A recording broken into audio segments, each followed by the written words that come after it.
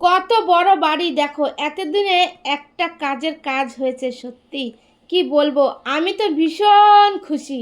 তাই তো চলে আসলাম রঞ্জনের কাছে তাড়াতাড়ি আমার শাশুড়ি মাকে নিয়ে। আমার শাশুড়ি মা দেখে তো অসুস্থ মানুষ, কখন যে সুস্থ হয়ে গেছে আমি বলতেই পারবো না। যাই হোক, কলকাতায় ডাক্তার দেখাতে আসি আর ঘুরতে। থাকার জায়গার খুব অভাব।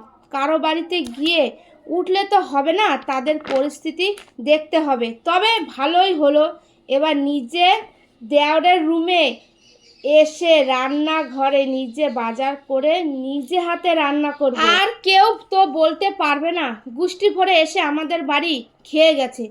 তবে ভগবানের কাছে প্রার্থনা করি যে এমন কোনো অতীতের সঙ্গে সম্পর্ক করিও না, যারা নাকি অতীতকে অন্ন খাইয়ে পরে খোঁটা দিয়ে দু কথা বলে।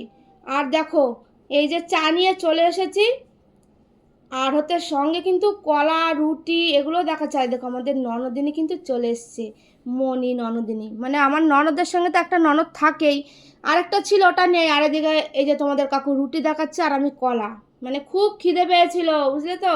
আমি ভেবেছি আমার দেওর খাবার নিয়ে আসবে, কিন্তু খাবার আর নিয়ে আসলো না, আমাদেরই উল্টো নিয়ে আসলো। আর দেখো আমার দেওর বক বক বক বক করছে। আসলে কি রুমটা তো এখনো তৈরি হয়নি।